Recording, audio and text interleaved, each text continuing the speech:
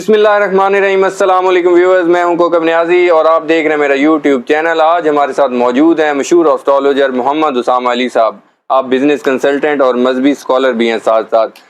محمد اسامہ علی صاحب کے بارے میں بتاتا جاؤں. عمران خان صاحب کی گرفتاری کی انہوں نے پریڈکشن پہلے ہی کر دی تھی اور رہائی کے حوالے سے بھی انہوں نے مختلف ڈیٹس دیں اور ایک ڈیٹ انہوں نے بہت ہی کمال دی. آپ نے پچھلی ویڈیوز میں میرا دیکھا ہوگا. انہوں نے کہا کہ 2 اکتوبر کو عمران خان صاحب رہا ہو رہے ہیں اور پرویز خٹک اور بہت کافی ساری ایسی پریڈکشنز اگر آپ میری پچھلی ویڈیوز دیکھیں گے تو آپ کو ملیں گی. ان کی پریڈکشن بہت ساری درست ثابت ہوئی. آج بھی میں عمران خان صاحب کے سیاسی مستقبل، نواز شریف اور ملکی سیاسی صورتحال پر بات کروں گا. السلام علیکم سر. وعلیکم السلام. سر مجھے یہ بتائیں، عمران خان صاحب کا آپ سیاسی مستقبل اب کیا دیکھ رہے ہیں؟ دیکھیں، آج جب ہم ابھی سپٹمبر میں بیٹھے تو 2 اکتوبر کا گزرنا بہت ضروری ہے. ٹھیک ہے.